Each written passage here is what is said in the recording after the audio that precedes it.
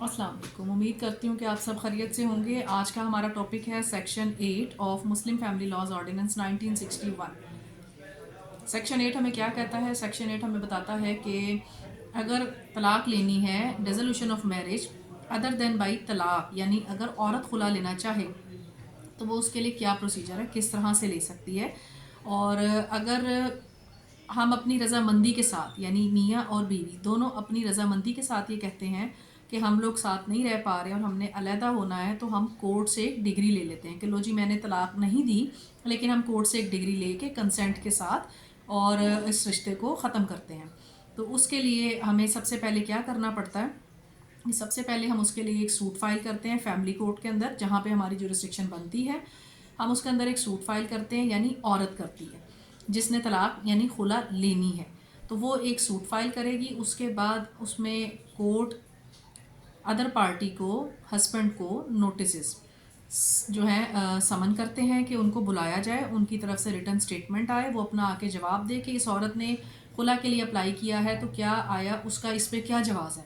उसके बाद उसकी रिटर्न स्टेटमेंट आती है और उसकी रिटर्न स्टेटमेंट के बाद फिर कोर्ट रिकन्सिलिएशन करवाती है। 1 से 2 हेयरिंग में, कम अज़ कम भी 1 से 2 हेयरिंग में रिकन्सिलिएशन का प्रोसीजर हो जाता है स्टार्ट। और कोर्ट की कोशिश होती है हत्तुल इम्कान के आपस में सुलह सफाई के ऊपर बात ख़त्म हो जाए।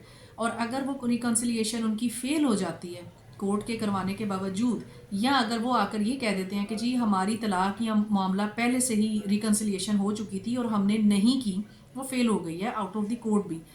अच्छा, उसके बाद कोर्ट का प्रोसीजर ये होगा कि कोर्ट आप दोनों को सुनेगी, सुनने के बाद आप लोगों की कोई एविडेंस है तो उसको कलेक्ट करेगी, दोनों से लेके एविडेंस, उसके बाद वो आपको एक डिग्री देगी, डिग्री ऑफ खुला, जिसे हम कहते हैं कि डिग्री ऑफ खुला है। और उसके बाद वो डिग्री एक आप वहाँ से लेते हैं और वो एक डिग्री, उसकी कॉपी यूनियन काउंसिल के चेयरमैन को भेज दी जाती है, मुतलका चेयरमैन को।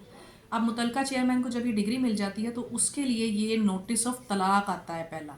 अब उसके बाद सेम प्रोसीजर यूनियन काउंसिल की तरफ से क्या होता है, जो मेन प्रोसीजर शुरू होता है यहाँ से, वो ये है कि उसने 90 डेज़ के अंदर अंदर आर्बिट्रेशन काउंसिल कायम करनी है, जिसके अंदर उसने भी आपकी रिकन्सिलिएशन की तरफ जोर देना है कि इनकी रिकन्सिलिएशन हो जाए और मामला सुलह सफाई में बदल जाए। लेकिन अगर ऐसा नहीं होता, रिकन्सिलिएशन की तरफ मामला नहीं जाता, तो वो क्या करेगा, वो भी फिर आपको एक अफेक्टिव तलाक सर्टिफिकेट इशू कर देता है।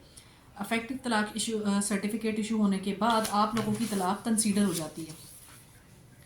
और लेकिन इसके अंदर एक और चीज़ जिसको हम डिस्कस कर लेते हैं कि अगर तो औरत प्रेग्नेंट है तो तलाक इफ़ेक्टिव नहीं होगी जब तक वो वहाँ से फारिग नहीं हो जाती है। जब वो फारिग हो जाएगी तो वो तलाक इफ़ेक्टिव हो जाएगी और वो फिर एक तलाक इफ़ेक्टिव सर्टिफिकेट इशू हो जाएगा दोनों पार्टीज़ को, तो फिर आपकी तलाक मौसर है। लेकिन इसके लिए टाइम पीरियड 90 डेज़ है। 90 डेज़ के अंदर अंदर या उससे पहले तलाक इफ़ेक्टिव नहीं होगी, ना ही बंदा रीमैरी कर सकता है ना ही औरत। तो ये था हमारा सेक्शन 8 खुला का प्रोसेस या डिग्री बाई कोर्ट। और मज़ीद मालूमात के लिए हमारे दिए गए स्क्रीन के नंबर पर रब्ता कीजिए। शुक्रिया, अल्लाह हाफ़िज़।